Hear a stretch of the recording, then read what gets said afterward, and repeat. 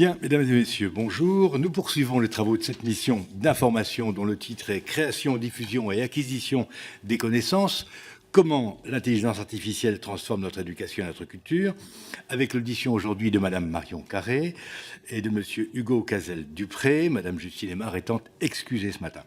Nous vous remercions, Madame, Monsieur, d'avoir accepté notre invitation qui s'inscrit dans le deuxième temps de nos travaux consacrés aux interactions entre les outils de l'IA et la culture.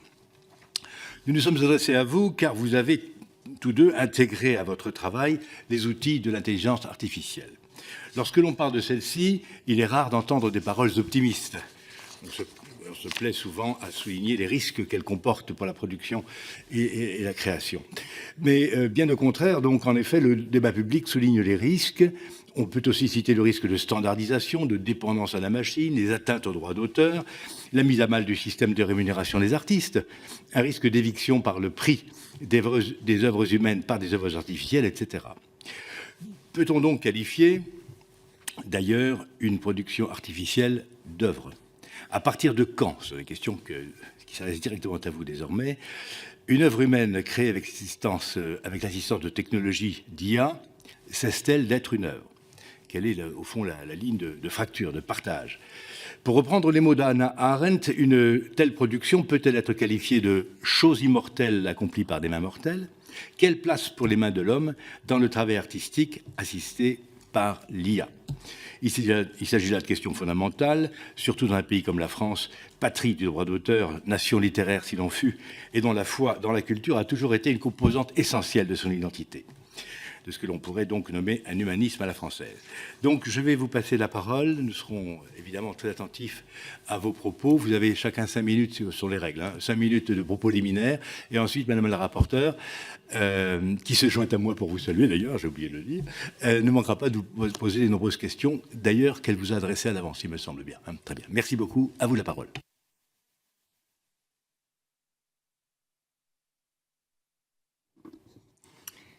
Bonjour, très heureuse de me joindre à vous pour ces travaux. Concernant mon propos liminaire, je pense que déjà c'est important de présenter sous quelle perspective j'explore ce sujet de l'art et de l'intelligence artificielle depuis bientôt une dizaine d'années. Pour commencer, je suis présidente et cofondatrice d'une entreprise qui s'appelle Ask Mona, dont la spécificité est de mobiliser l'intelligence artificielle au service de la curiosité, c'est-à-dire que nous la déployons dans le secteur culturel, au service de la découverte, de l'apprentissage. Donc il y a différents, on va dire, cas d'usage de cette technologie dans les institutions culturelles qui font le pont entre ces institutions et leur public pour faciliter la rencontre entre les publics et les œuvres notamment. Donc ça, je dirais que c'est ma première casquette qui me permet de, j'aime bien dire, mettre les mains dans le cambouis, c'est-à-dire explorer et voir au plus près les possibilités de cette technologie et la déployer pour ce type de cas d'usage. Donc ça, c'est le premier aspect. J'ai ensuite d'autres casquettes qui me permettent de prendre plus de recul vis-à-vis de l'impact de cette technologie. Je suis notamment autrice de plusieurs ouvrages à ce sujet, le dernier étant Le paradoxe du tapis roulant, qui est paru chez Lattès, qui pose vraiment la question de l'usage de l'intelligence artificielle. Je reviendrai plus en détail après, mais tout l'enjeu, c'est de positionner le fait qu'on est, à mon sens, aujourd'hui à la croisée des chemins dans les choix d'utilisation qu'on fait de cette technologie et dans les impacts qu'ils peuvent avoir nous concernant. Donc ça, c'est des travaux effectivement récent. Avant ça, j'ai aussi travaillé sur la question de la place des femmes dans le numérique à travers mon avant-dernier ouvrage qui était Qui a voulu effacer Alice Recoq, et aussi la question de l'histoire de la tech, on va dire, française, puisqu'on a aussi une histoire très riche en la matière avec des choix décisifs qui ont été faits. Et j'ai une autre casquette, on va dire, où je m'intéresse aussi à la question de la diffusion de l'intelligence artificielle et de la transmission, que ce soit à travers l'enseignement, J'enseigne notamment à Sciences Po Paris depuis bientôt 8 ans auprès d'élèves en master. Je fais aussi partie plus récemment du conseil d'administration de la Sorbonne, où beaucoup de questions se posent aussi sur l'intelligence artificielle. Et je suis régulièrement sollicitée, on va dire, à l'international dans de nombreux pays pour explorer cette question. Donc c'est une vision qui est effectivement avec ses différentes perspectives et ancrée dans on va dire, une dizaine d'années, qui m'a permis aussi de voir une évolution. Alors l'intelligence artificielle, ça existe depuis plus longtemps, mais c'est vrai que depuis 10 ans, dans l'impact de cette technologie sur la société, on voit vraiment une accélération. Et donc c'est à l'aune de ces différents éléments que je pourrai ensuite répondre aux questions qui nous seront posées. Je vous remercie. Merci, madame. Monsieur Cazel-Dupré, je vous en prie. Alors, merci pour l'invitation. Et donc, ouais, il faut que tu... C'est bon, j'ai la parole. Merci pour l'invitation. Donc, moi, je m'appelle Hugo Cazel-Dupré. Et un petit peu comme Marion, je pense que ça fait à peu près 10 ans que je suis dans une pratique artistique et scientifique avec l'IA. Ça a commencé, même un tout petit peu plus tôt avec mes études. Donc, à la base, je suis un scientifique. J'ai donc un doctorat que j'ai obtenu auprès de l'ENSTA et l'INRIA en intelligence artificielle, donc plus précisément en apprentissage par renforcement, qui sont des techniques qui sont utilisées dans plein de domaines de l'intelligence artificielle. Et en fait, la raison pour laquelle je me retrouve ici, c'est que j'ai une activité artistique avec Obvious, qui est un trio d'artistes d'art contemporain composé de Pierre Fautrel, Gauthier Vernier et moi-même. Alors, Obvious, c'est un trio d'artistes qui essayent de créer des œuvres avec des algorithmes d'intelligence artificielle, c'est tout le propos, et d'essayer d'avoir un propos critique sur cette technologie à travers leurs œuvres. Donc ça a commencé un petit peu de manière tonitruante en 2018.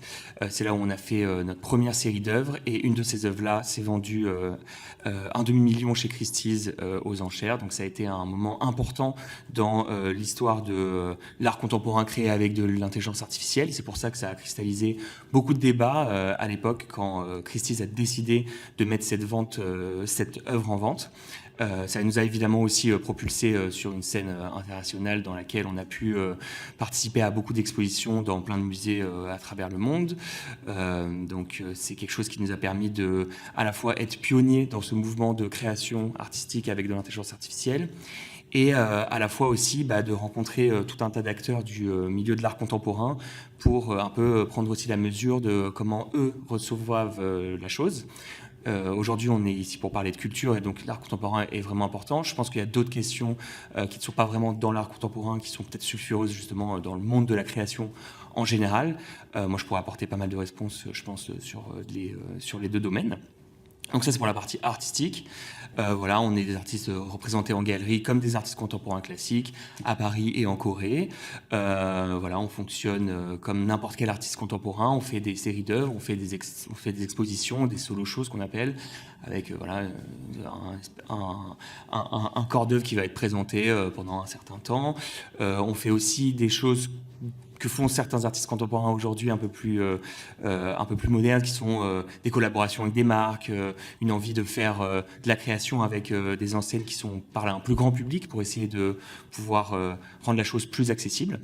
Et je dirais que donc, la deuxième grande particularité de notre travail est que nous avons créé un laboratoire de recherche avec Sorbonne Université en 2023.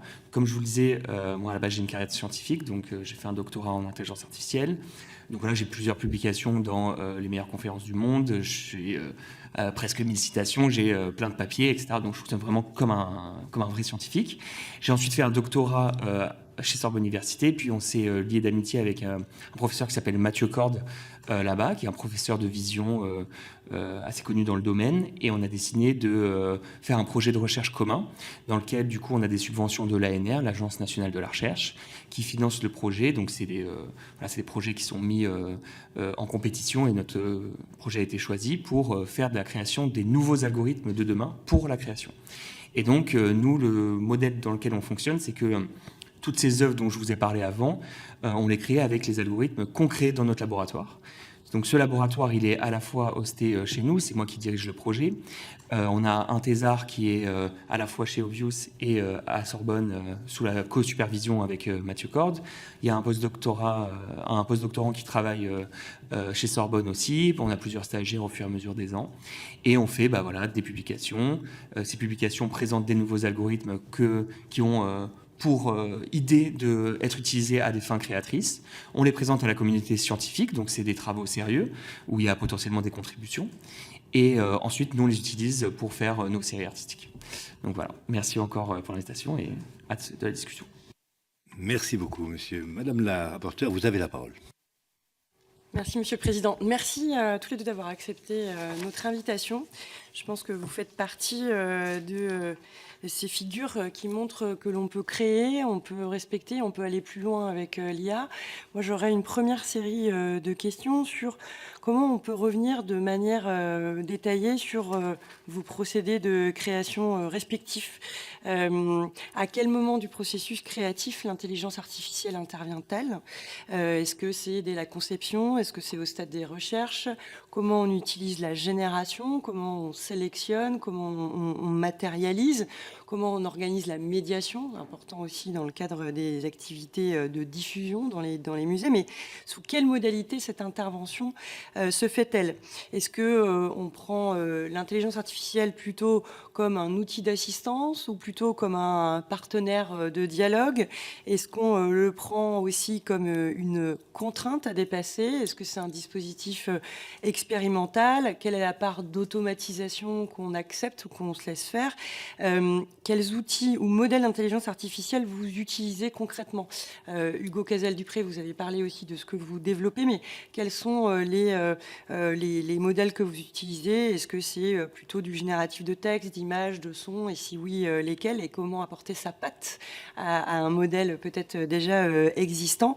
Et puis j'en finirai plus globalement pour cette première série de questions. Comment vous qualifieriez-vous votre relation à la machine?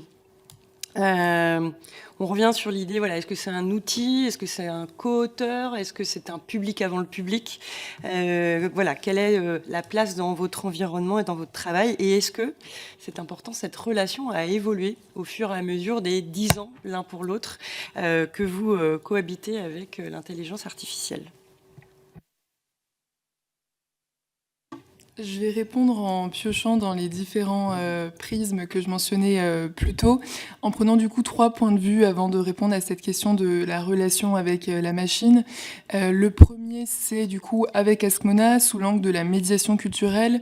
Nous, l'enjeu, c'est vraiment de sortir de ce qu'on appelle souvent une expérience un peu one size fit all dans les institutions culturelles, où tout le monde arrive avec une sensibilité, des questions, une curiosité différente, puisque chacun est unique, mais peut parfois avoir accès au même contenu. Et donc nous, notre enjeu, c'est de faire en sorte que chaque personne puisse poser ses questions et avoir vraiment des réponses sur les sujets qui l'intéressent.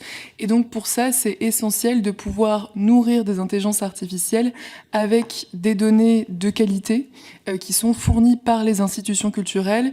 Et donc nous, on a ce système d'intelligence artificielle de confiance que j'appelle souvent d'intelligence artificielle chef d'orchestre qu'on a développé chez Askmona, qui permet, en s'appuyant sur des technologies de type RAG, là on parle un peu de jargon, mais l'enjeu c'est de pouvoir faire en sorte de nourrir une base de connaissances avec des informations qui sont fournies par une institution culturelle, donc sur lesquelles il n'y a pas de problématique de propriété intellectuelle, pour faire en sorte que l'intelligence artificielle puisse ensuite se saisir uniquement des informations présentes dans cette base de connaissances pour répondre aux questions, et donc faire en sorte qu'il n'y ait pas d'informations qui soient inventées ou trouvées je ne sais où pour répondre.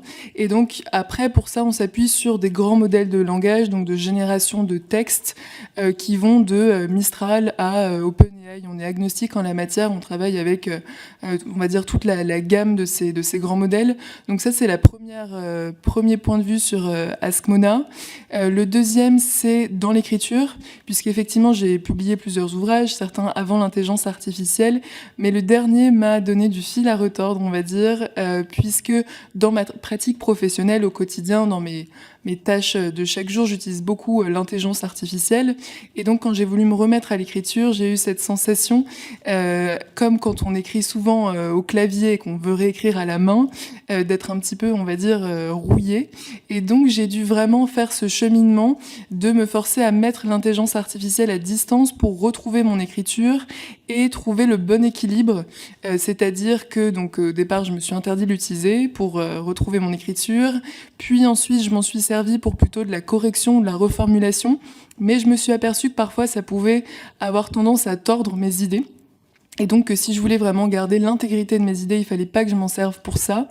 Et donc, je suis arrivée dans une troisième phase, on va dire, qui est une phase où je me suis plutôt servi de l'intelligence artificielle pour penser contre moi-même. C'est-à-dire, une fois que j'ai terminé de rédiger, par exemple, un chapitre, faire en sorte de la solliciter pour voir quels sont les angles morts, les contre-arguments, pour chercher du contradictoire et du décentrement, ce qui est souvent difficile de faire en vase clos avec soi-même. Et c'est cet usage qui m'a semblé le plus intéressant, non pas par rapport à ce que pouvait me dire l'intelligence artificielle, mais plutôt pour les réflexions que ça provoquait chez moi, c'est-à-dire, du coup, je pouvais voir les choses différemment et trouver d'autres arguments ou d'autres façons de déployer ma pensée. Donc ça, c'est dans l'écriture, dernièrement. Et après, je prendrai un dernier point de vue qui est celui de la création artistique et que j'ai pas mentionné en introduction, mais effectivement, j'ai fait plusieurs travaux de création artistique. Dernièrement, j'avais fait notamment une résidence artistique en Écosse il y a quelques années, et c'était avant la vague ChatGPT. Donc j'avais utilisé des modèles, donc les ancêtres des modèles utilisés par ChatGPT, notamment GPT-2, pour l'entraîner à générer des textes, un certain type de textes d'archives qui étaient des archives qui m'avaient été confiées par la Librairie nationale d'Écosse, qui étaient difficiles à reproduire. Et donc, je les avais reproduits avec cette intelligence artificielle. Et ce que je voulais questionner, c'était les rapports entre vrai et faux et comment est-ce qu'on arrivait déjà dans ce flou complet que je mettais ensuite en scène dans différentes œuvres. Et mon point, et pourquoi est-ce que je le cite, c'est que là, ce qui m'a vraiment intéressé, c'était de pouvoir sélectionner mon propre jeu de données, entraîner l'intelligence artificielle avec ça. Et je pense qu'ensuite Hugo pourra développer ce point-là. Mais c'est vrai que dans la création artistique, on a besoin d'avoir une patte qui va souvent plus loin que le simple usage d'un modèle. Ou alors ça peut être dans le fait d'avoir de nombreux allers-retours avec la machine. Mais c'est vrai qu'on se contente rarement d'un usage, on va dire, prêt à l'emploi de l'intelligence artificielle. Donc ça, c'est quelque chose d'assez important. Et donc je dirais qu'aujourd'hui, mon rapport à la machine, il est vraiment celui d'un outil, d'une boîte à outils dans laquelle piocher. La notion d'outil, pour autant, ne doit pas être vue comme quelque chose de neutre.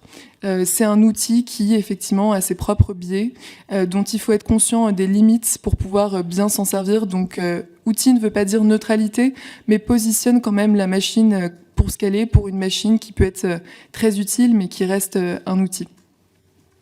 Monsieur Cazel-Dupré, allez-y.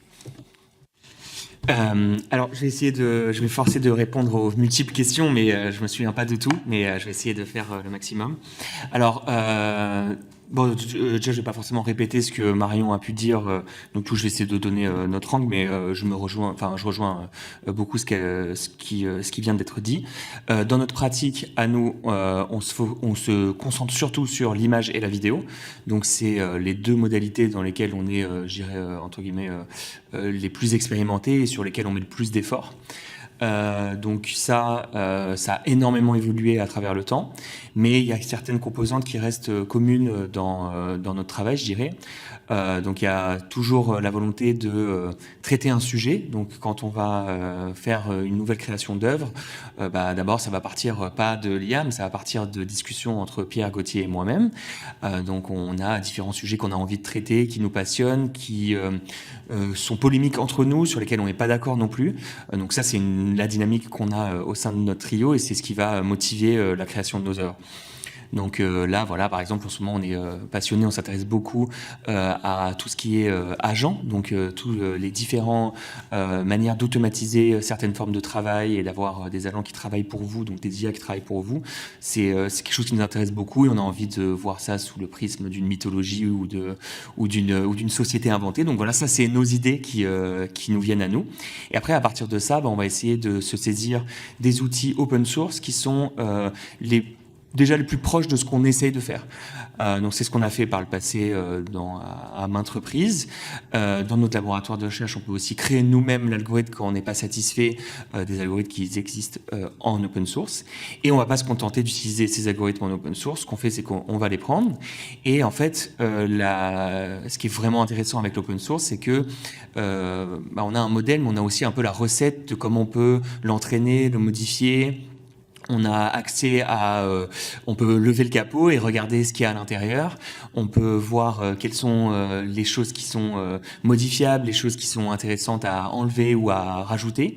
On peut combiner différents algorithmes, quelque chose qu'on peut pas faire avec des modèles qui sont fermés. Donc voilà, par exemple les modèles qu'on peut avoir comme Midjourney, qui sont des modèles d'images qui sont fermés, dans lesquels même si il y a une grande capacité de création avec, on peut pas aller changer beaucoup de choses dedans. Une fois qu'on a ces algorithmes-là, donc qui sont open source, on peut les modifier. Donc là, on va s'intéresser à quelles données on veut spécifier l'algorithme sur. Donc en gros, l'idée, c'est de se dire que souvent, les algorithmes, ils ont une base de connaissances qui est entraînée sur à peu près tout Internet. Souvent, c'est ça, et c'est ça aussi la source du problème. Je suppose qu'on en reviendra juste après. Donc, ils ont une base de connaissances, ils savent à peu près moyennement tout.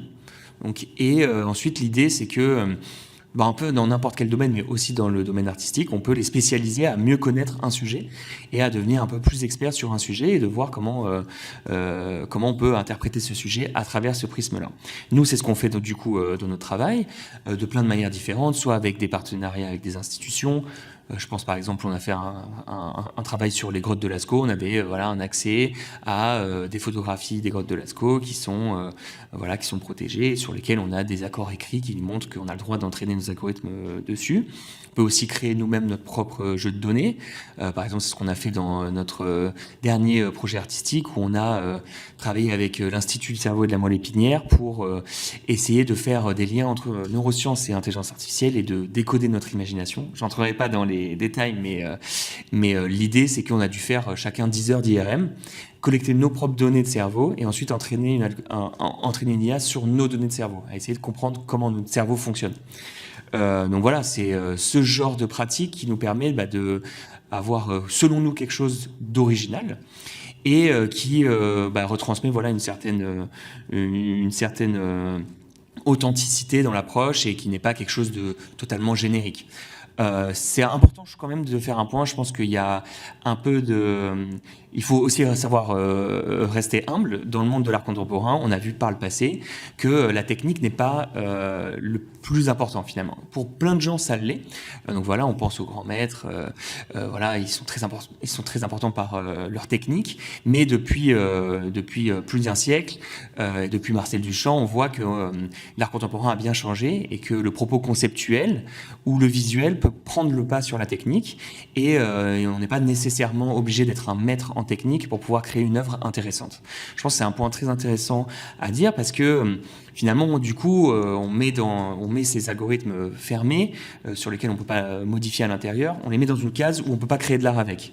Mais nous, on n'est pas d'accord avec ça, dans le sens où, par exemple, chacun a un appareil photo de très bonne qualité, mais tout le monde n'est pas photographe. Donc, c'est pas que par la technique que se fait un artiste. Et donc, quand même, ces algorithmes ont le potentiel d'être utilisés à des fins créatives. Pour quelqu'un qui n'a pas forcément entraîné tout un tas d'algorithmes et qui est scientifique, etc. Nous, c'est notre créneau et c'est quelque chose qu'on poursuit et qu'on trouve intéressant, mais je pense que ça ne devrait pas être le créneau de tout le monde et on ne devrait pas ne pas les considérer comme des artistes si leurs propos touchent d'autres personnes. Je pense que c'est le point le plus important, c'est si on crée une œuvre qui touche beaucoup de personnes, alors pour nous, ça suffit pour être une création intéressante. Je rajouterais que les outils ont vraiment beaucoup évolué avec le temps. Même si cette recette d'entraînement, etc., et de créer des nouveaux algorithmes, de les modifier et rester un peu la constante, c'est indéniable que ce qu'on pouvait faire en 2017-2018 paraît aujourd'hui totalement ridicule. Pour vous donner une idée, voilà, les algorithmes qu'on a utilisés en 2018 pour cette œuvre qu'on a vendue chez Christie's à New York, c'était des algorithmes qui faisaient des portraits classiques. Et donc, on les avait entraînés sur 15 000 portraits classiques libres de droit. Et ça faisait des images toutes petites en 128 pixels par 128 pixels, totalement floues, etc. Qui est un flou d'ailleurs qu'on a continué à travailler parce qu'on trouvait intéressant.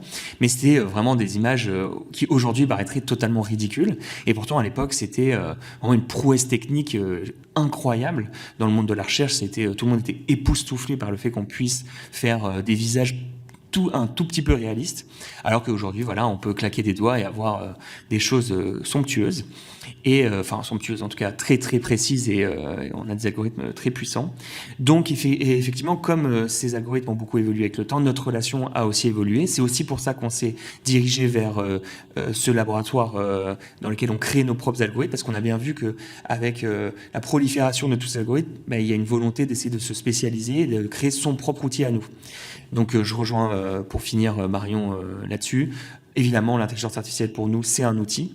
Il n'y a aucune forme d'autonomie. C'est pas encore le cas et c'est pas possible. Là, c'est plus, c'est pas un avis. C'est scientifiquement, il n'y a pas d'algorithme qui soit autonome et qui ait une volonté de créer. En tout cas, pas aujourd'hui.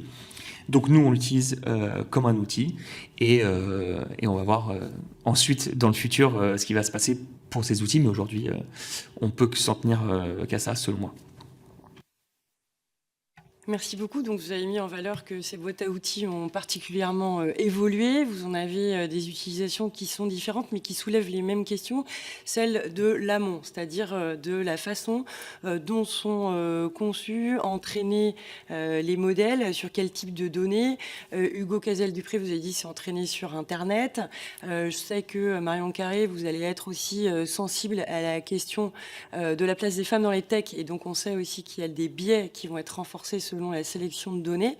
Que sait-on aujourd'hui quand on utilise des modèles qui sont en open source ou qui sont des modèles qui ne sont pas en open source sur les données qui ont été utilisées pour les entraîner?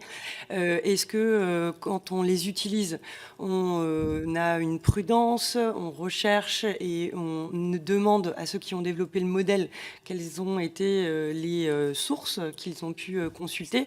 Quel est le niveau d'exigence qu'on peut avoir, sachant que la transparence est parfois difficile à avoir? Et selon vous, sur les questions aujourd'hui qui se posent sur les droits d'auteur et sur l'autorisation et la rémunération des auteurs d'œuvres qui ont pu être utilisées par les modèles d'IA, comment vous positionnez-vous sur cette question? Alors, on sait pas toujours beaucoup de choses, effectivement, mais on sait qu'il y a un certain nombre de problèmes de biais en tout genre, mais notamment des biais culturels et linguistiques. Et je trouve qu'en tant que Français, ce sont des questions importantes à se poser, parce qu'effectivement, on parlait de contenus qui viennent majoritairement du web, le web étant essentiellement en langue anglaise. La langue anglaise, chaque langue renferme sa propre vision du monde. Donc c'est quelque chose qui est déjà pas neutre. Et ensuite, il y a différentes études qui ont montré notamment que sur le plan culturel, on va avoir du coup des grands modèles d'intelligence artificielle qui vont être plus proches de certaines cultures que d'autres. Et donc cet aspect culturel et linguistique, il est vraiment essentiel dans cet enjeu de faire en sorte d'éviter une forme de standardisation, qui est vraiment ce que je mets en avant dans le paradoxe du tapis roulant. Et pour moi, c'est ça le paradoxe du tapis roulant, c'est qu'on est face à des outils grand public, des outils d'intelligence artificielle générative que chacun peut utiliser pour être plus rapide, écrire vite du texte, produire des images, etc. Sauf que le problème de ces outils, c'est que quand on s'appuie excessivement dessus, on se rend compte au bout d'un moment qu'ils nous emmènent tous dans la même direction. Donc on va tous plus vite, mais au même endroit. Et à mon sens, c'est ça le paradoxe du tapis roulant. Et c'est pour ça que cet aspect de standardisation, il est assez important à avoir en tête pour se dire comment est-ce qu'il y a la question des usages des outils, donc au niveau individuel, comment est-ce qu'on s'en saisit pour éviter d'avoir effectivement cette dépendance excessive. Et donc c'est pour ça que j'oppose le tapis de course au tapis roulant en disant qu'on peut renverser l'usage de l'intelligence artificielle pour s'en servir différemment, mais on pourra revenir ensuite dessus. Il y a aussi ensuite un sujet sur les outils en eux-mêmes. Comment est-ce qu'on peut concevoir des outils d'intelligence artificielle qui sont moins biaisés, sur la question notamment des biais de genre qui a aussi été très documenté, des biais culturels, des biais linguistiques. Donc il y a différents projets de recherche et projets associatifs pour faire en sorte de refléter davantage la diversité des langues et des cultures du monde dans ces outils, pour éviter un phénomène d'effacement. Parce que c'est vrai qu'une culture qui n'est pas représentée dans ces outils qui sont utilisés et déployés à grande échelle est une culture qui est menacée d'oubli ou qui parfois peut aussi être stéréotypée. Je parle notamment de différentes expérimentations que j'ai pu faire dans mon ouvrage où quand on demande par exemple à un outil de génération d'images de générer un instrument de musique du Quai Branly qu'il ne connaît pas, mais qui a un nom en langue arabe, alors on va se retrouver avec des images de mosquées qui n'ont absolument rien à voir. Et donc il y a ce type de biais qui sont extrêmement problématiques dans ces outils-là. Donc je pense qu'effectivement la question de la qualité, on va dire, des données, elle est clé pour avoir des outils qui sont eux-mêmes qualitatifs. Et dans cet enjeu de qualité des données, effectivement, il y a un fort impact des artistes, des auteurs et de toutes les personnes qui fournissent ces données-là, parce que aujourd'hui, on a besoin de ces contributions pour avoir des outils d'intelligence artificielle de qualité qui soient pas juste entraînés sur le web ou sur les données qui nous viennent de forums. Sauf que pour pouvoir avoir on va dire cette production de données qualitatives, il faut effectivement pouvoir trouver un juste modèle de rémunération pour que ces personnes puissent continuer à produire.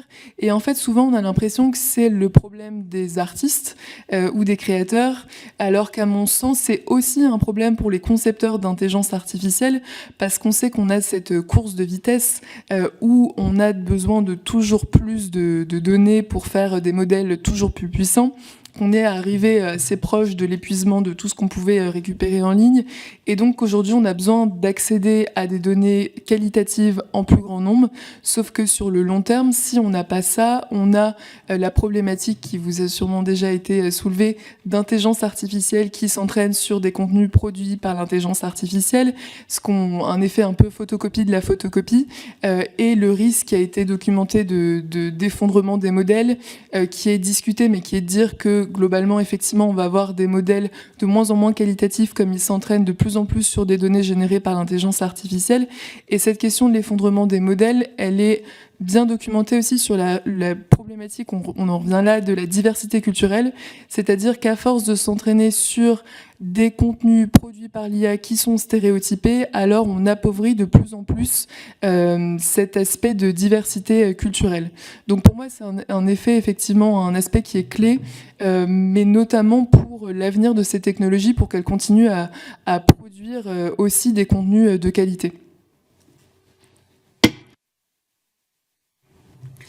Alors donc pour la question de la transparence, quand on prend une IA sur Internet, comment savoir sur quoi elle a été entraînée? En vrai, selon moi, la réponse c'est on ne peut pas savoir. Et la plupart du temps, ça a été entraîné sur des bases de données assez immenses. En tout cas, les bases de données essayent d'être les plus grandes possibles et donc se retrouvent, voilà, comme on dit un peu, tout Internet. Donc en termes de transparence, il y a zéro transparence. En termes de être capable de savoir sur quoi il était entraîné de manière ad hoc, donc c'est-à-dire on vous donne un modèle, est-ce qu'il y a des méthodes scientifiques pour dire je pense que ça a été entraîné sur ça, est-ce que je peux déterminer sur quoi ça a été entraîné? C'est pas possible, pareil. Donc ça, je pense que c'est aussi, déjà des questions qu'il faut un peu enterrer au début. Pour l'instant, c'est vraiment pas possible. Mécaniquement, je vois vraiment pas comment c'est possible non plus. Donc voilà, à partir du moment où on part de ce constat-là, il faut un peu, se poser des questions. Donc la question que moi je pose souvent, c'est donc on pourrait penser que du coup c'est pas légitime d'avoir entraîné ces IA sur tout Internet. Voilà, c'est du vol, d'avoir pris tout Internet, etc. Je pense que c'est un petit peu une question un peu compliquée dans le sens où il y a un peu un côté hypocrite des utilisateurs d'Internet sur cette question-là. Je m'explique. En fait, le fait d'avoir ces IA entraînées sur tout Internet, c'est aussi un peu la rançon de la gratuité d'Internet, d'une certaine manière. Donc en fait, Internet a beaucoup servi à tous les humains à partager du contenu gratuitement et à pouvoir en fait, profiter de ce contenu gratuit pour se développer, pour faire plein de choses, pour communiquer, etc. Et donc c'est un peu ce que les technophobes ont pu dire au tout début, c'est t'es sûr que tu veux tout partager sur Internet comme ça? Ah mais non, c'est super, je partage tout sur Internet, ça me rapporte plein de trucs, je développe mon business, je me fais des amis, je rencontre des gens, etc., etc. Mais à la fin, la rançon, c'est que vous avez tout mis sur Internet gratuitement. Et ben ça a été réutilisé et voilà, on peut pas protéger quelque chose qui a été mis gratuitement sur Internet. Et donc je trouve un petit peu qu'il y a un peu de toupet de devoir demander ensuite en retour « Ah, mais ce que j'ai mis gratuitement sur Internet, je veux une rétribution de l'outil qui a été utilisé, enfin, qui a été entraîné là-dessus. » En tout cas, je pense que pour le contenu qui a été mis gratuitement, ou je parle pas de livres, par exemple, je parle pas de musique ou de choses comme ça, mais je parle des photos et de tout le texte qui a pu être mis. Je trouve ça un petit peu... Enfin voilà, je pense qu'il y a un peu une sorte d'hypocrisie sur la question qu'il faut pas oublier. Étant donné qu'en fait, la grande majorité de ce qu'il y a dans ces jeux de données, c'est des données comme ça, et pas forcément les données qu'on a tous en tête, qui est l'album de Michael Jackson ou le livre de Marion, par exemple, qui sont des œuvres plus protégées quand même, et qui, par exemple, les gens vont faire attention que ce ne soit pas disponible sur Internet très facilement. Après, il y a des acteurs malicieux qui, eux, essayent d'utiliser quand même ces contenus de très haute qualité et sans avoir les copyrights, ce qui, là, est une pratique vraiment à condamner. Je pense par exemple à Suno, qui est le logiciel fermé de génération de musique qui est le plus utilisé et qui, des chercheurs ont pu démontrer que certaines œuvres copyrightées avaient été utilisées pour entraîner ce modèle-là, et il n'y a eu aucune attribution derrière. Et donc là, effectivement, c'est des cas où évidemment il faut sévir, ou en tout cas, c'est des cas qui ne sont pas acceptables. Mais je pense que pour la question de tout Internet, il y a quand même une question un peu plus... j'ai volontairement fait un peu l'avocat du diable, mais je pense qu'il faut un peu se poser la question de notre relation au numérique, de qu'est-ce qu'on met sur Internet, et donc du coup de quelles sont les conséquences de ce qu'on gagne avec le numérique. On croit gagner quelque chose gratuitement, mais on perd quelque chose derrière. Donc la question de l'attribution du coup se retrouve à être une énorme usine à gaz, de dire si jamais on veut vraiment être ultra fair play, il va falloir donner 1 milliardième de centime à chaque personne qui a mis quelque chose sur Internet et dont un algorithme a été utilisé a utilisé ces données pour être entraîné. Ça paraît quand même assez difficile. C'est des questions qui, je pense, sont étudiées dans certains cas, par exemple pour la littérature, j'en sais rien, mais pour la musique, mais bon, d'un point de vue global, ça paraît être quand même une énorme usine à gaz qui n'est pas franchement possible à faire. Donc, c'est pas vraiment la question. Et encore une fois, je pense que en fait, les bases de données sont tellement larges, et quand on considère tout Internet, c'est un peu, entre guillemets, même s'il y a beaucoup de biais, comme l'a dit Marion et comme tout le monde le sait, c'est un peu toute la culture, en tout cas toute la culture Internet. Et donc, on peut aussi avoir le prisme de dire, c'est un peu comme un artiste ou une personne qui voyage, qui rencontre plein de gens, qui s'inspire de plein de trucs, et quand il fait une création, il ne crée pas ex nihilo. En fait, c'est de toutes ces inspirations qu'il est capable de faire une création, et donc, quelque part, il s'est entraîné sur des données qu'il n'avait pas le droit. Donc, d'une certaine manière, il a utilisé une partie de ces données-là pour faire son principe de création. Pourquoi la question se pose beaucoup, au-delà d'un point de vue attribution et d'un point de vue argent, c'est la question du plagiat aussi. Donc ça c'est un des sujets super importants avec l'IA, c'est on a peur que comme elles soient entraînées sur X ou sur Y, elles soient capables que de faire des reproductions de X ou de X ou de Y, et donc que l'IA n'est pas capable de créer un truc nouveau, etc. Donc la question de l'originalité et du plagiat est hyper importante quand on parle de ça. Selon nous, c'est l'approche qu'on va prendre avec l'IA qui va rendre le processus authentique, original ou non. C'est-à-dire que finalement, dire que l'IA est originale ou non, c'est pas vraiment ça. En fait, c'est les humains derrière qui sont des plagieurs ou qui sont des gens qui arrivent à faire de la création originale. Parce que finalement, comme on a dit avant, ça reste un outil et on peut faire du plagiat avec de la peinture comme on peut faire du Picasso. Donc en fait, il n'y a pas grand-chose qui a changé là-dessus. Simplement, c'est beaucoup plus facile de plagier et c'est beaucoup plus facile d'utiliser ces outils-là de manière très efficace pour essayer de rapidement faire de l'argent ou avoir de la notoriété. Donc le problème fondamental, il est plus sur la prolifération de ces personnes-là. Et donc c'est là où, d'un point de vue pareil, je pense consommateur, il y a nécessairement, c'est un peu dommage que ça passe comme ça, mais c'est un peu obligé, c'est comme ça que ça se passe souvent avec la science, enfin avec la technologie, c'est le consommateur qui est obligé de se responsabiliser, de se dire face à tout ce qui est possible aujourd'hui, je suis obligé de aiguiser mon esprit critique et de dire que voilà, quand j'ai des créations maintenant devant moi, je dois me poser la question de ce qui a été créé avec de l'IA ou non, est-ce qu'un effort a été mis, est-ce que l'approche est intéressante, et de pas simplement prendre pour argent comptant toutes les créations qu'on vous met sous le nez. Évidemment, cet argument-là peut être critiqué, ce que je comprends bien, mais si on veut vivre avec l'IA, on est un peu obligé de faire ça. Et ce que je dis souvent, c'est que le génie est sorti de la lampe et on ne va pas le remettre dans la lampe. Il n'y aura pas de supprimer ces IA. Et voilà, et une dernière remarque là-dessus, je dirais, parce que je ne rajouterai pas forcément par rapport à ce qui est dit sur les biais par Marion, que je rejoins parfaitement, je dirais que pour les biais, ce qui est important à notifier aussi, c'est la différence entre les modèles fermés et les modèles ouverts. Les modèles fermés, les entreprises peuvent mettre leurs propres biais dans ces modèles-là. Typiquement, ChatGPT est très gentil ou vous prend toujours par la main. Ce biais-là, il est américain. C'est eux qui ont décidé de faire ça. Pourquoi il n'est pas plus neutre ou quoi? Ils vous laissent la possibilité de le faire, mais par défaut, ChatGPT vous encense toujours, c'est super sympa avec vous, etc. Et ce biais-là, en fait, on peut très bien ne pas avoir des modèles qui sont comme ça. C'est-à-dire, il y a plein de chercheurs qui peuvent faire des modèles très méchants ou qui vous parlent mal ou qui sont très critiques, etc. Mais le choix a été fait de faire ça. Et aujourd'hui, c'est la norme. Mais il faut se poser la question un peu de pourquoi c'est comme ça. Et donc, c'est parce que les modèles fermés, c'est des gens, ils ont des gros investissements, ils font leur choix, ils mettent leurs modèles, ils essaient de les vendre, d'avoir le plus d'utilisateurs possible et ils font leur propre choix, leur propre biais. Mais c'est important de voir que dans la communauté open source, en fait, il y a plein d'autres choses qui sont développées et je dirais que le fait que ce soit pas forcément toujours à but lucratif fait qu'il y a une diversité plus large, qu'on se pose plus de questions, qu'il y a plus de critiques, qu'il y a des modèles plus ouverts qui sont créés. Tout est plus transparent, on sait quels sont les biais, en tout cas on peut les étudier, on peut poser des questions. Et donc voilà, je dirais que c'est pour ça qu'il faut soutenir l'open source et que c'est vraiment quelque chose qui va nous permettre de décrypter l'IA de manière la plus poussée possible et qu'il faut se méfier des modèles fermés toujours parce que ils sont motivés par un gain d'entreprise derrière et donc il faut un peu se méfier.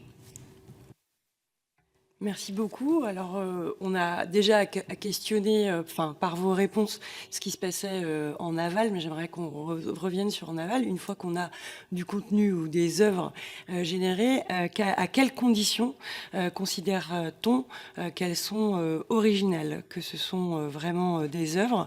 Est-ce que vous pouvez nous dire comment on pourrait authentifier le caractère original, le distinguer de ce qui est du plagiat ou de la contrefaçon? Est-ce que c'est dans l'appréciation même de l'œuvre? Est-ce que c'est dans l'appréciation du processus de création? Comment éventuellement le documenter? Quelles sont les questions que vous-même vous vous êtes posées pour prouver l'originalité de ce que vous créez? D'une certaine façon, j'ai envie de dire qu'on ne devrait pas fonctionner différemment de la manière dont on fonctionnait jusqu'ici avec les œuvres et les créations artistiques, dans le sens où je pense qu'il faut se méfier de l'étiquette intelligence artificielle qu'on peut parfois apposer sur des œuvres et qui peut viser à les déprécier. On a un biais vis-à-vis de l'intelligence artificielle. Ça a aussi été montré dans différents papiers, notamment un papier auquel j'avais contribué, où dès lors qu'on sait que quelque chose a été généré avec de l'intelligence artificielle dans tout ce qu'on peut voir, alors on est très critique et on développe dévalue ou déprécie ce qui provient de l'intelligence artificielle. Et du coup, en fait, le risque, c'est qu'on peut mettre sur le même plan des personnes qui pourraient s'en servir. Je trouve qu'un exemple qu'on a eu dernièrement qui est assez parlant, c'est tout ce qui s'est passé autour de cette publicité d'Intermarché. On s'est dit, ah voilà, ça c'est une publicité qui a été faite sans intelligence artificielle et qui du coup est une publicité nettement meilleure, versus d'autres publicités juste avant, dans les jours qui ont précédé, qui avaient été faites par intelligence artificielle, mais avec, on va dire, des grosses ficelles et qui du coup n'étaient pas du tout qualitatives. Et je trouve que là, on a opposé ce côté blanc ou noir, intelligence artificielle, absence d'intelligence artificielle, alors que si l'intelligence artificielle est bien utilisée, et peut-être que dans la publicité d'Intermarché, je sais pas, elle aurait pu intervenir à un moment donné du processus créatif, pourquoi pas au stade d'aller-retour, dans l'idéation, où il y aurait pu avoir une intervention, on va dire, légère de l'intelligence artificielle à bon escient, où ça n'aurait pas forcément dévalué le résultat final, et à l'inverse, les publicités qui ont été décriées auraient pu mieux se servir de l'intelligence artificielle. Donc c'est pour ça qu'à mon sens, c'est important de faire attention à ce que cette étiquette-là ne vise pas à dévaluer le travail d'artistes ou de créateurs qui ont une approche et une démarche sérieuse, très intéressante. Donc c'est pour ça que je pense qu'il ne faut pas changer vis-à-vis de ce qu'on faisait auparavant, où en fait on appréciait globalement la démarche d'un artiste. On regardait quels étaient ses travaux, sa perspective, sa trajectoire, comment est-ce qu'il présentait ses œuvres, comment ses œuvres étaient reçues par le public. Et je pense que ça, c'est quelque chose qui ne doit pas varier. Qu'il puisse mentionner effectivement qu'il a utilisé de l'intelligence artificielle, ça fait partie de ce que faisaient les artistes jusqu'ici en expliquant quelles étaient les techniques utilisées pour leurs œuvres. Mais je pense que pour autant, il ne faut pas dévaluer un artiste qui aurait employé l'intelligence artificielle. Et c'est vraiment une question du comment, en fait. Parce que si on a juste quelqu'un qui génère à la volée plein d'images et se contente de les partager comme ça et qu'il n'y a pas vraiment de réflexion, de démarche ou de travail, effectivement, ça, c'est quelque chose de peu qualitatif, mais quelqu'un qui se sert de l'intelligence artificielle à bon escient, je pense qu'on ne devrait pas déprécier ou dévaluer ce qu'il produit avec. J'en rajouterai pas grand-chose parce que je suis vraiment extrêmement d'accord avec ce qui vient d'être dit. Je ferai juste le parallèle, par exemple, avec la photographie en 1850. Donc, quand la photographie est apparue en 1850, les peintres étaient un petit peu choqués. Ce qui s'est passé, c'est que il y a eu énormément de critiques des personnes, des premières personnes qui ont voulu faire de la création artistique avec la photographie. On leur a dit plusieurs arguments. On leur a dit c'est pas de l'art. On leur a dit que c'était un outil réservé à des ingénieurs hautement qualifiés, donc que c'était pas un outil traditionnel. Et on leur a dit que voilà, c'était trop simple et que juste cliquer sur un bouton, ça faisait pas de eux des artistes. Et donc finalement, on les a pris aussi par le prisme de la technique pour essayer de rabaisser leur travail. Et en même temps, parce que voilà, il y avait une peur d'être remplacé. Je pense que au fond, ces critiques-là, elles naissent du fait que ces critiques sur l'originalité naissent du fait qu'il y a des gens qui se sentent en danger. Et par contre, c'est très légitime de se sentir en danger. Et je pense que la question est totalement viable. Néanmoins, c'est pas forcément la raison pour avoir des arguments qui peuvent être fallacieux. Donc voilà, en 1850, il y a tous ces arguments-là qui sont avancés contre la photographie. Et maintenant, aujourd'hui que les choses se sont tassées, tout le monde est d'accord pour dire que la photographie est un mouvement artistique à part entière et qu'elle n'a pas remplacé la peinture. Par contre, les portraits,istes, ils ont disparu. Eux, c'est fini pour eux. Donc voilà, les portraits,istes en 1850, c'était un métier qui portait beaucoup, il y avait plein de gens qui étaient portraits,istes, et la photo a remplacé ce métier-là. Et donc effectivement, on peut regarder un peu dans le rétro et se dire que on est un peu dans une situation similaire où certains métiers d'animation, de traducteur, de doublage sont menacés d'être remplacés.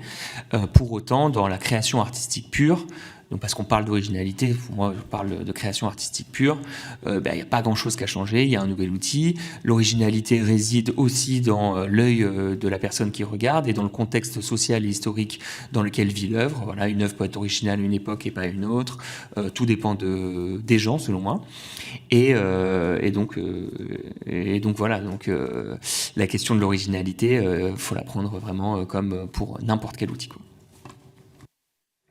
Merci beaucoup. Je voulais revenir sur le besoin commun, enfin on va dire un intérêt commun. Vous l'avez dit, Marion Carré, que souvent on prend la question de la création du point de vue des auteurs, des artistes et des ayants droit, mais peut-être qu'aussi les développeurs de modèles d'IA ont un intérêt à ce qu'il y ait plus de création. Vous avez évoqué le risque d'effondrement des modèles par l'utilisation des photocopies de la photocopie et donc des données synthétiques. Dans quelle mesure vous pouvez imaginer que demain, eh bien, ce sont les développeurs d'IA qui seront les mécènes des artistes et des auteurs de demain par un besoin d'avoir des œuvres originales et pas simplement des données synthétiques pour enregistrer, enfin pour entraîner leur modèle. C'est une question intéressante. Avant d'y répondre, je rebondirai bien sur ce qui a été dit, sur ce que ça change pour les artistes. C'est-à-dire que je disais, dans l'évaluation d'une œuvre, si on peut parler d'évaluation d'une œuvre, je pense qu'on devrait garder ce qu'on avait jusqu'ici. Pour autant, pour les artistes dans la création, ça peut entraîner beaucoup de recomposition en se disant, mais si maintenant on a des techniques qui peuvent faire ça, alors nous, qu'est-ce qu'on peut faire de différent en tant qu'artiste ?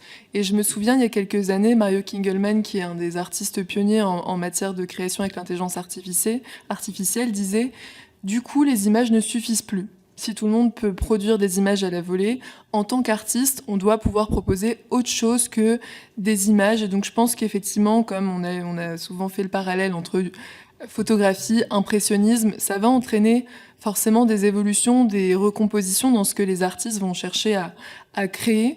Et de là à dire que des grandes entreprises qui produisent ces modèles d'intelligence artificielle pourraient chercher à mécéner des artistes pour qui produisent des œuvres pour nourrir leurs travaux, c'est des choses qui pourraient exister et qui pourraient se voir. J'ai envie de dire que dans l'absolu, tout est envisageable.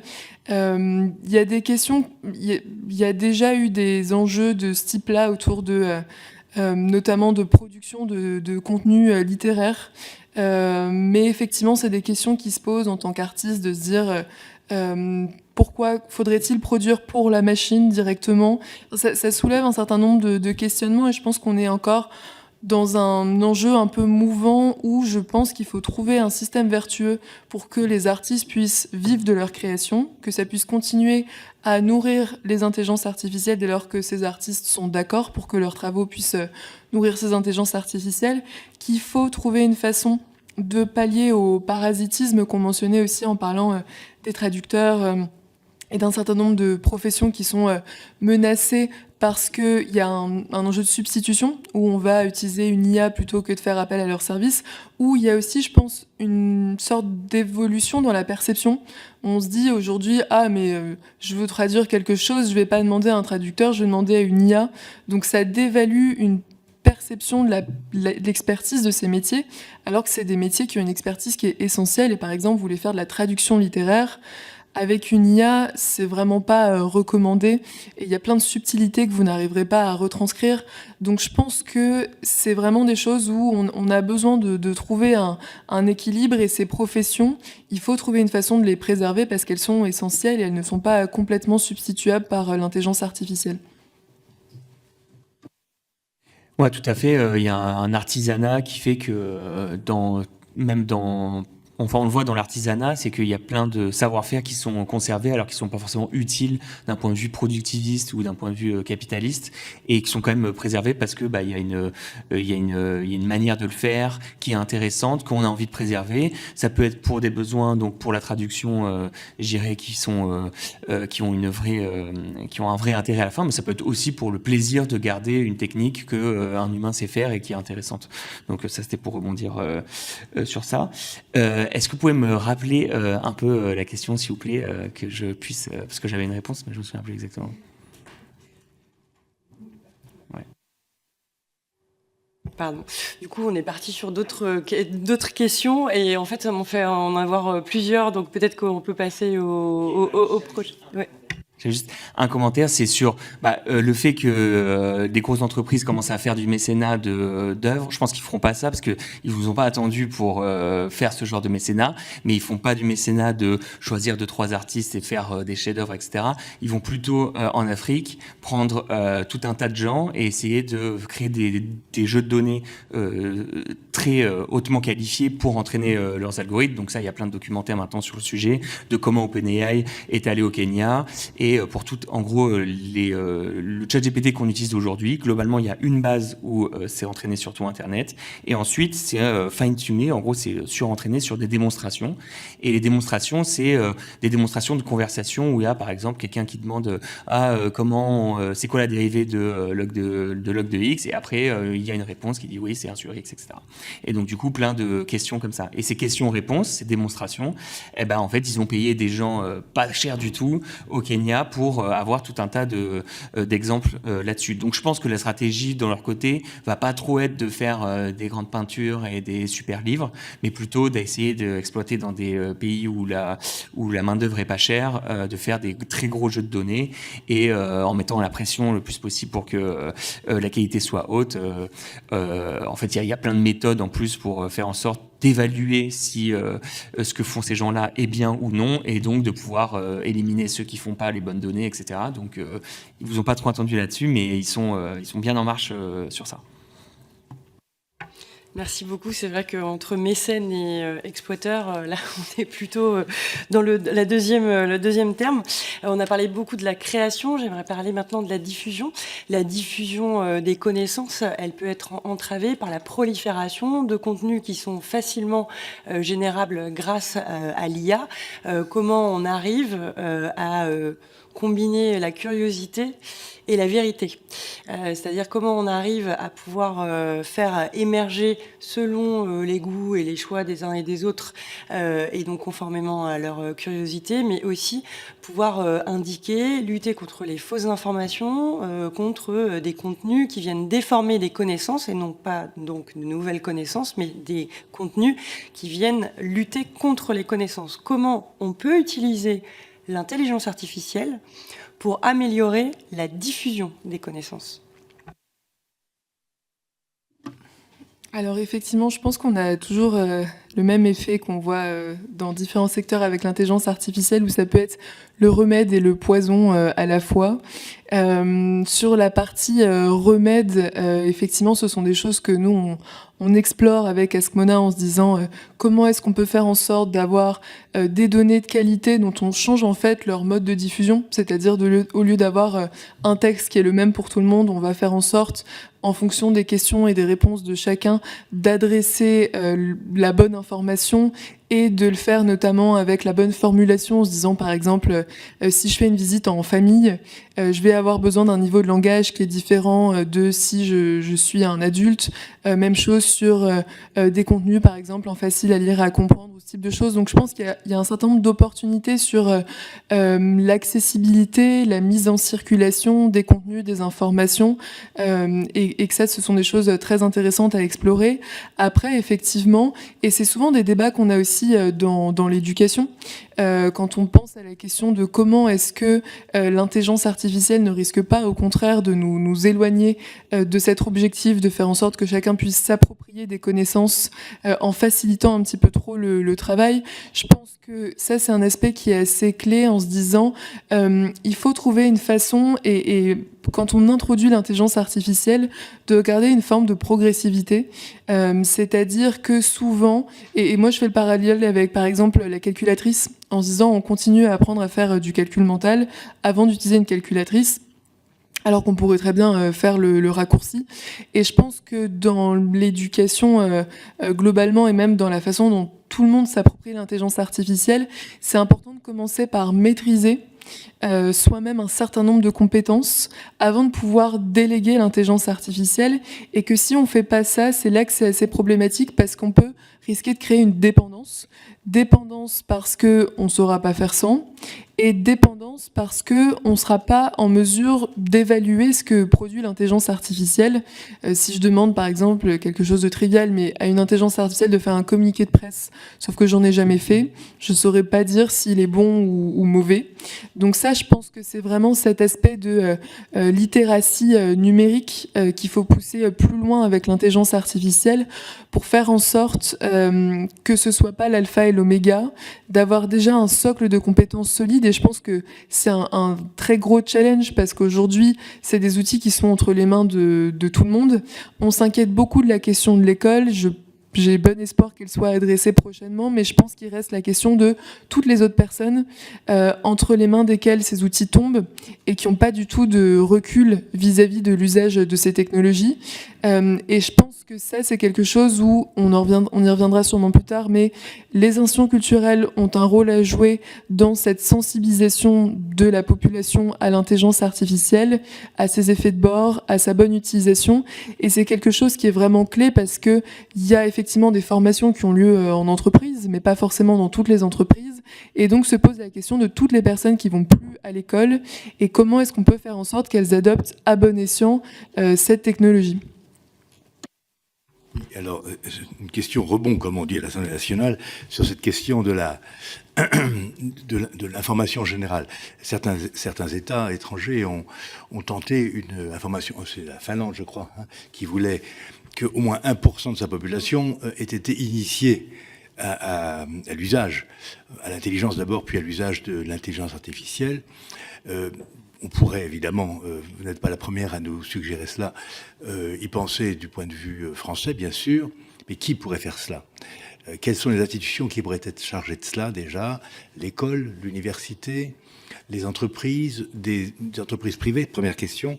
Deuxièmement, vous êtes professeur à Sciences Po, madame, et donc j'aurais bien voulu savoir si vous avez noté un changement dans la façon dont les élèves, les étudiants, travaillent, leur rapport à la connaissance, leur rapport à l'acquisition de connaissances. Certains de nos interlocuteurs ont parlé d'une sorte de paresse qui s'étendait dans le monde estudiantin, parce que évidemment l'outil est tellement pratique que ça dispense, en certains cas, pour certains exercices, de l'effort de réflexion. Je voudrais recueillir votre témoignage là-dessus, s'il vous plaît. Si vous me permettez. Là, on passe à l'acquisition. Oui. Je ne voudrais pas qu'on oublie la question posée également à Hugo Casel-Dupré sur la diffusion. Oui. Ouais. Je prends le rebond et je te laisse la question initiale après. Alors, effectivement, moi, je parlais d'esprit critique, dans le sens où l'adoption de l'intelligence artificielle, on a différentes statistiques qui circulent.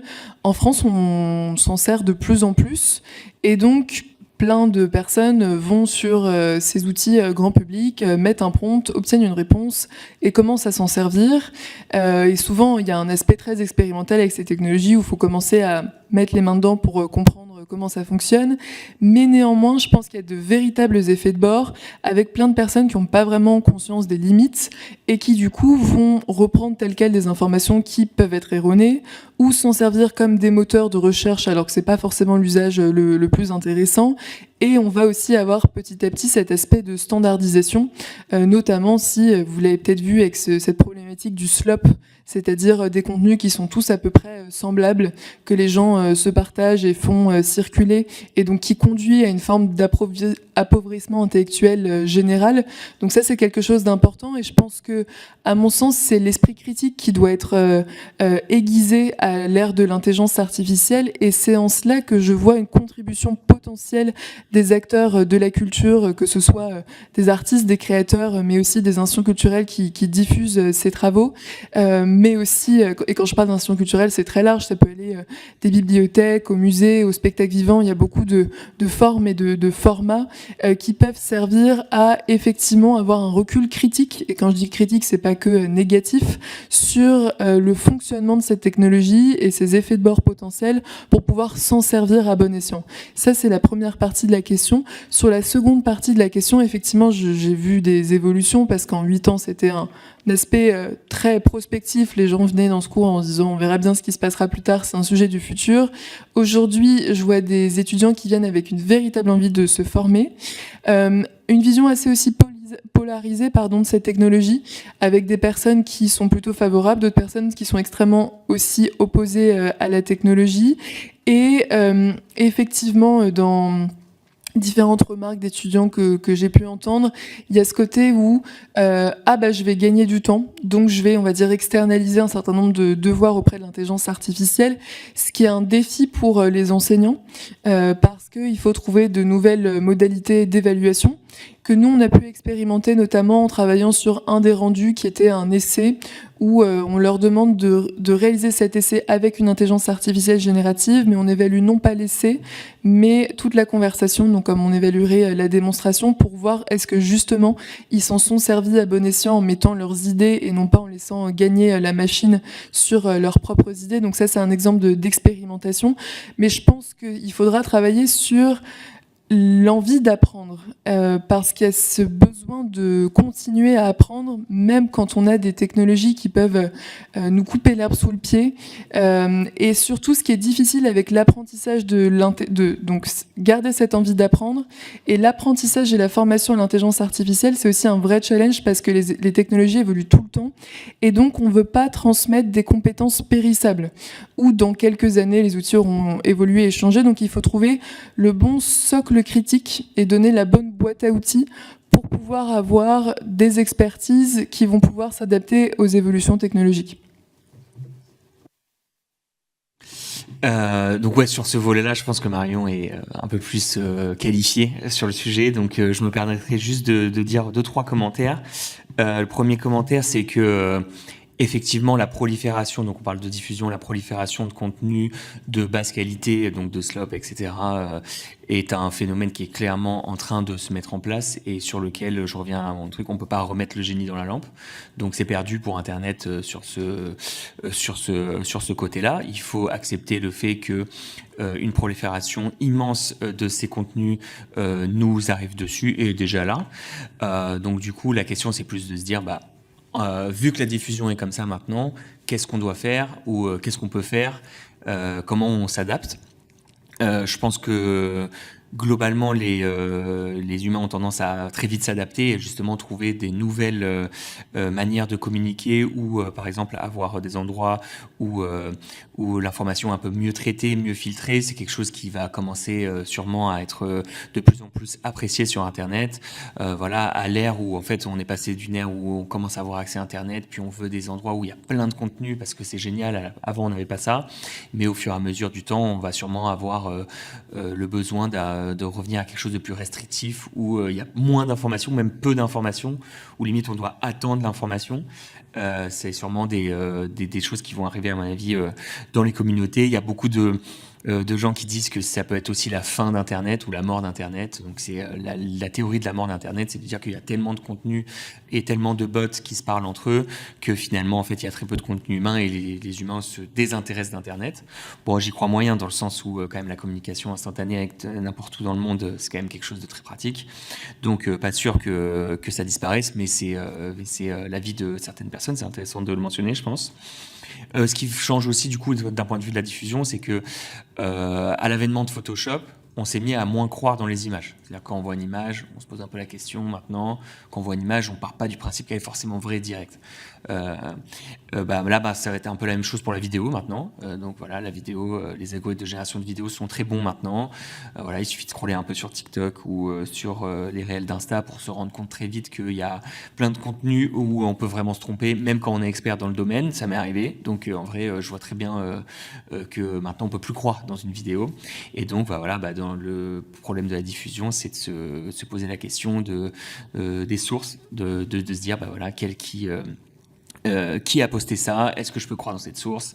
Donc cette fiabilité de l'information va être cruciale d'un point de vue source. Et pour terminer sur l'éducation, je pense que ce serait vraiment trop bien de pouvoir mettre tout ça en place, et notamment avant l'université, parce que je pense qu'à l'université, c'est quand même des choses qui se mettent un peu en place. Il y a des formations maintenant un peu sur l'IA quand même.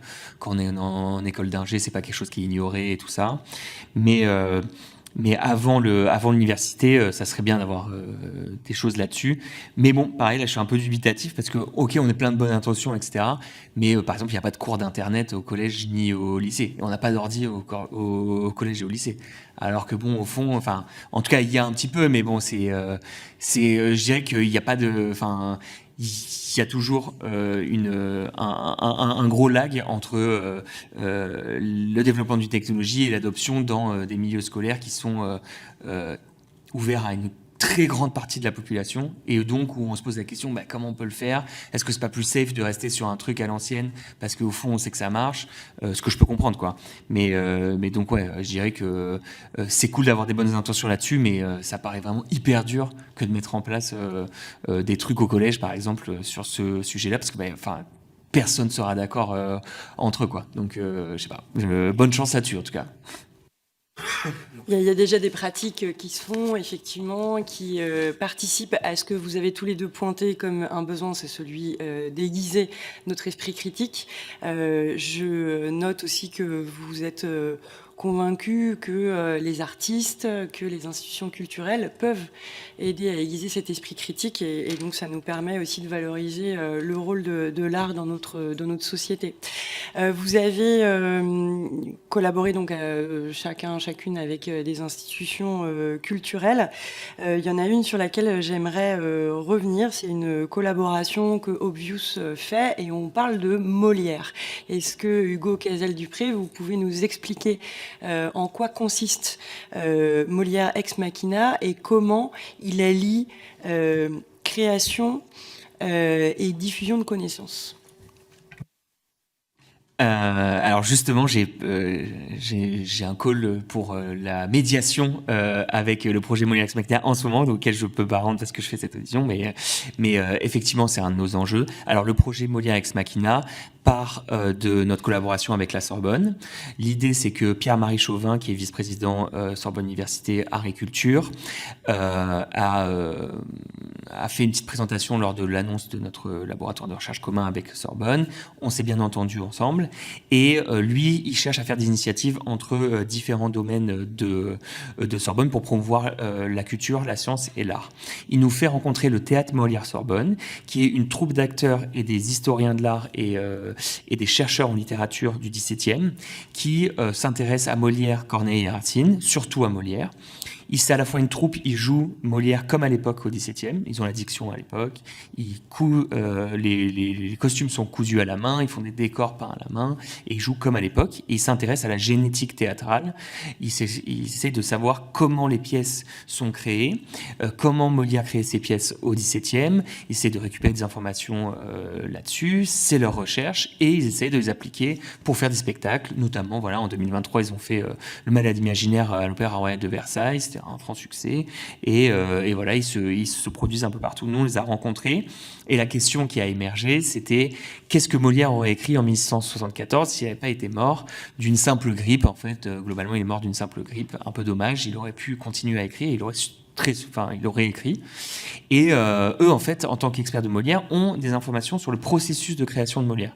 Et donc l'idée, ça a été de se dire, est-ce qu'on peut, avec tous les indices qu'on a sur le processus de création de Molière, essayer d'avoir un processus non biaisé, ou le moins biaisé possible, pour savoir qu'est-ce qu'il aurait créé ensuite. Pour faire une sorte d'uchronie dans laquelle on a la pièce que Molière aurait pu écrire. Et donc l'intelligence artificielle est un très bon outil pour faire cette création-là, parce que c'est, quand il est géré de la bonne manière, le moins biaisé et le plus manipulable pour faire cet exercice-là. Donc, rapide résumé, on On écrit toute la pièce avec Michael Bouffard et Coraline Renaud, qui sont le directeur et une doctorante du Théâtre Molière-Sorbonne, donc avec nous. L'idée, c'est qu'on écrit tout le texte de la pièce. On écrit d'abord un canevas qui est le résumé de toute la pièce. La pièce est sur l'astrologie. Molière critiquait beaucoup les pseudosciences. Il aurait sûrement écrit sur l'astrologie. Je vous la fais courte, mais ils ont plein d'indices sur le fait qu'il aurait sûrement écrit là-dessus. Ensuite, on est allé plus loin. On crée aussi les costumes. Donc, on crée des fausses archives que Molière aurait pu utiliser pour ses costumiers, basées sur des dessins de Henri de Gissé. On entraîne un algorithme spécialement à faire des dessins d'Henri de Gissé, et ensuite sont donnés aux costumiers du TMS pour créer les costumes de l'astrologue, par exemple. Pareil pour les décors, où les décors sont des dessins basés sur Pierre-Paul Sévin. On entraîne l'algorithme sur ces dessins-là, et on crée des décors fictifs du salon de Géronte, qui est le père de la fille qui va se marier, etc. etc. Et aussi pour la musique, où on recrée des partitions fictives de Charpentier, qui était la personne qui faisait la musique pour Molière. Et d'un point de vue diffusion et éducation, on aime beaucoup ce projet parce que d'un point de vue des jeunes, typiquement, enfin moi, je sais pas si je le dis là, mais c'est marrant, mais mon rêve dans ce projet, c'est que à la fin, on va faire un livre, évidemment, donc avec une préface qui raconte un peu le projet, puis la pièce. Et moi, je rêverais que cette pièce-là soit le sujet de bac de français en 2030, par exemple. Parce que je trouve que c'est un très bon exemple de comment l'intelligence artificielle qui est au centre du débat dans notre société aujourd'hui. Donc, si elle est au centre du débat, les jeunes, ils ont aussi envie d'en parler. Et ils aimeraient bien en parler à l'école, je suppose. En tout cas, c'est intéressant pour eux de découvrir ça via une autre prise que, par exemple, des tutos sur ChatGPT en cours. Et je pense que la pièce qu'on est en train d'écrire est une très bonne ouverture vers ce sujet-là, parce qu'on peut à la fois étudier Molière, qui est le patrimoine français, qui est quelque chose qu'on étudie au collège et au lycée, et plus tard, et qui est une valeur française qu'on a envie de continuer à transmettre dans nos écoles, mais avec un regard différent, et en pouvant ouvrir sur des questions plus larges, et en se disant, alors qu'est-ce que tu en penses d'avoir créé comme ça? Est-ce que c'est intéressant? Est-ce que c'est vraiment du Molière? Non, c'est pas du Molière, c'est d'après Molière, mais quelles questions ça pose? Ça pose des questions sur le processus de création de Molière, et peut-être on peut mieux comprendre Molière grâce à ça aussi, parce que voilà, quand on est au collège-lycée, on nous balance le balade imaginaire, on nous dit on a interprété comme ci, comme ça, parfois on est un peu dubitatif. Là, si on explique le processus de création de Molière, peut-être on comprend mieux pourquoi il faisait ses critiques de pseudosciences, etc. Et donc, c'est pour ça que dans ce projet-là, on va faire beaucoup de médiation au château de Versailles. Donc évidemment, le grand truc de la pièce, c'est qu'elle sera jouée au château de Versailles en mai prochain. Mais on va faire beaucoup de sujets de médiation. La pièce va être jouée devant beaucoup de jeunes. Au château de Versailles, 2 représentations sont réservées pour les jeunes. Et on pense que ce genre de projet qui est purement culturel, pour le coup, est une sorte de manière d'introduire les gens de manière plus souple et peut-être plus ludique aussi à l'utilisation de l'intelligence artificielle dans le milieu de la culture. Est-ce que vous diriez que dans les interactions avec les chercheurs, les spécialistes de Molière, le fait d'avoir pu participer à la création de cette pièce post-Molière a fait avancer la recherche? Est-ce qu'il y a eu des connaissances qui ont pu être mises au jour grâce à ce travail? Alors c'est une super question parce qu'effectivement c'est une de nos grandes trouvailles du projet, c'est que on s'est dit on fait cet exercice de style, on est extrêmement jusqu'au boutiste, on essaie de pas écrire un mot nous-mêmes, mais on fait des milliards d'allers-retours avec l'IA sur toute écriture, et en fait la grande surprise a été que chez les historiens et les experts de littérature du XVIIe, le fait de faire l'exercice avec nous leur a permis de découvrir des nouvelles choses, à la fois sur le processus d'écriture de Molière ou même sur des choses dans le texte de Molière. Le fait qu'un certain personnage vous voit toujours ce personnage-là, mais que le personnage en retour le tutoie, c'est des choses qu'on n'avait pas remarquées finalement.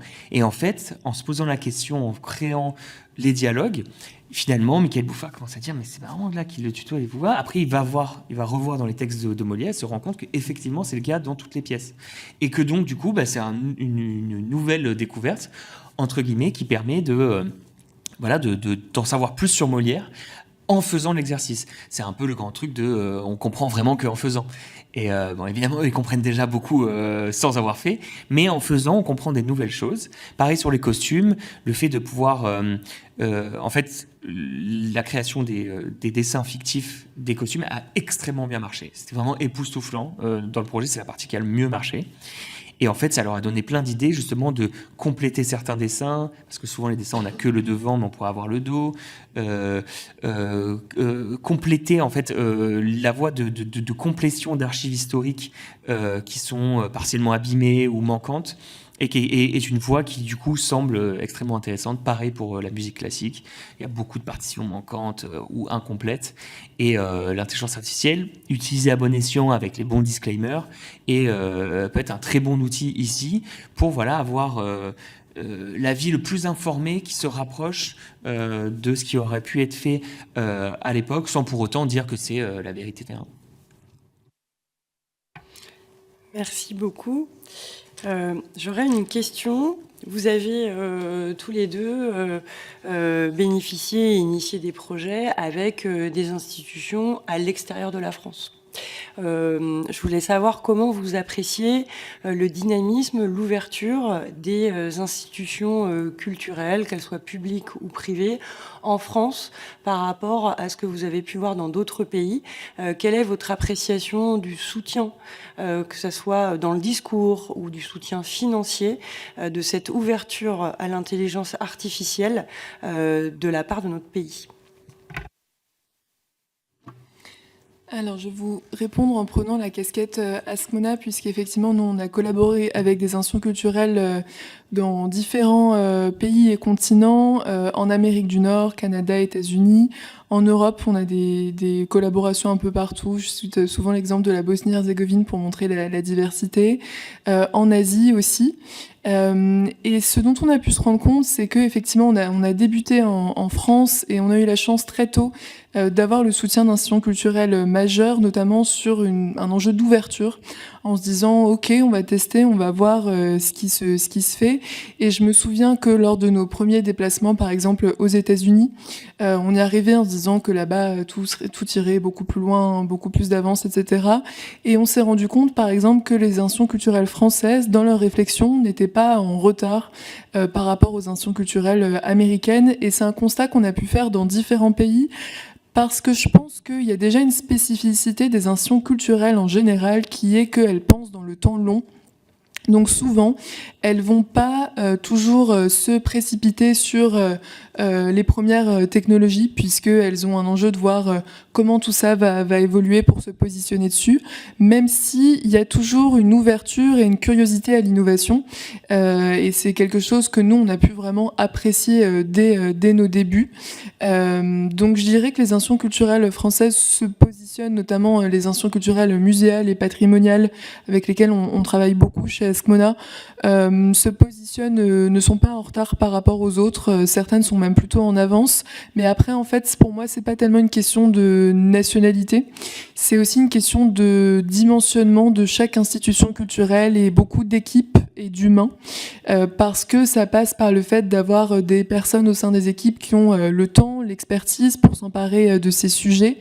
Et aussi des enjeux, on va dire, économiques et budgétaires qui est un frein, aussi bien en France que dans d'autres pays, avec aussi d'abord un enjeu, et chez Askmona, on a aussi toute une activité de formation à l'intelligence artificielle en dehors de nos outils, et souvent c'est le premier socle pour pouvoir comprendre le fonctionnement de l'intelligence artificielle et déployer une véritable stratégie pour la déployer au service de ses objectifs et pas juste faire ce que nous on appelle des projets gadgets qui seraient juste innover pour innover.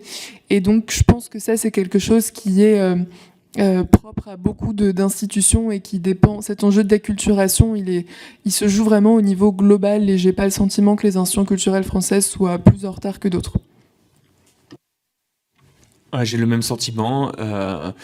Honnêtement, que ça soit d'un point de vue recherche, par exemple, déjà, la France met beaucoup d'argent là-dedans et je trouve ça vraiment impressionnant. On est le pays, je pense, en Europe où il y a une communauté scientifique la plus attractive. On a aussi la chance d'avoir des figures mondiales comme Yann Lequin, par exemple, qui permettent aussi de promouvoir ça, je pense. Mais encore, là, sur les dernières semaines, il y a des nouvelles startups de recherche en IA qui sont extrêmement impressionnantes, qui s'implémentent à Paris. Donc d'un point de vue recherche, on n'a pas forcément trop à rougir selon moi, même s'il y a toujours des ordres de grandeur différents entre les États-Unis et la France. On n'a pas forcément à rougir parce que on a des chercheurs très très forts et on est très bien financés. Et d'un point de vue culturel, effectivement, au début, on peut se dire ouais, c'est eux qui vont être fermés, etc. Pas du tout. Franchement, on n'a pas du tout ce sentiment-là. On se sent accompagné, challengé de la bonne manière s'il le faut. Je trouve ça vraiment honorable la manière dont c'est fait. Finalement, les plus grands... je dirais qu'en France, si on doit s'auto-juger, je dirais que c'est plutôt les collectionneurs qui sont très fébriles, par exemple, d'un point de vue art contemporain. Par exemple, nous, on a beaucoup plus de collectionneurs outre-Atlantique, asiatiques, et en France, les collectionneurs sont quand même très frileux, par exemple, sur les nouvelles formes d'art et tout. Donc ça, je pense que c'est quand même assez dommageable, mais on ne peut pas être prophète dans son pays tout le temps aussi. Et donc finalement, ouais, je dirais que les institutions montrent la voie et elles doivent vraiment continuer dans cette voie-là, comme elles l'ont toujours fait depuis plein d'années. Sur ce point-là, je pense qu'on n'a vraiment pas à rougir. Parfait, merci beaucoup. Nous arrivons au terme de notre échange d'aujourd'hui. Et je voulais vous remercier, avec Madame Calvez, pour votre contribution à notre travail, car vous nous avez beaucoup aidé aujourd'hui à avancer sur la question de la création et de l'originalité finalement irréductible du créateur. Puisque nous avons entendu précédemment beaucoup de réflexions tout à fait pertinentes par ailleurs sur la rupture anthropologique, sur le risque au fond d'être, de devoir subir l'intelligence artificielle comme une sorte de déferlement de lame de fond à laquelle nous ne pourrions plus résister. Et là, vous avez parlé, en tant que praticien et en tant qu'également qu'enseignant et théoricien et chercheur, de cet aspect selon lequel l'homme, au fond, enfin le créateur, lorsqu'il utilise l'intelligence artificielle, d'abord il la regarde d'une certaine manière. Et cette manière est singulière pour chaque artiste. Bon. Ensuite, il l'utilise d'une certaine manière. Et là aussi, c'est singulier. Donc ça ne peut pas être réduit à quelque chose de mécanique, même s'il s'agit bien d'algorithmes et de machines. Les créateurs peuvent créer des algorithmes d'apprentissage. Ils peuvent interroger la machine sur leur propre production, comme vous l'avez rappelé au début de votre propos, madame. J'ai beaucoup aimé. Et ce côté de décentrement, où vous décentrez, vous avez une sorte de façon de reflet que vous permet l'intelligence artificielle. Et au fond, ça produit davantage encore de production artistique, de génie, au fond. Et donc, c'est cela que je retiendrai pour ma part aujourd'hui. C'est ce côté, c'est pas l'optimisme, c'est simplement que vous nous dites, parce que vous le faites, qu'en fait, vous demeurez des artistes qui maîtrisez votre art, qui progressez dans votre art, et que l'intelligence artificielle y contribue comme beaucoup d'autres choses, comme vos lectures, comme vos rencontres, comme vos échanges, et qu'il n'y a pas lieu là-dessus de fantasmer sur une éventuelle disparition de l'humain dans la création. Et pour ça, nous voulions vous remercier parce que notre travail s'inscrit, vous le savez, dans une mission qui nous a été confiée par la commission permanente des affaires culturelles et de l'éducation pour l'Assemblée nationale. Madame Calvez va rédiger un rapport. Et je pense que, sincèrement, des contributions comme les vôtres vont beaucoup enrichir ce rapport, j'en suis certain. Et je voulais vous en remercier. Merci beaucoup.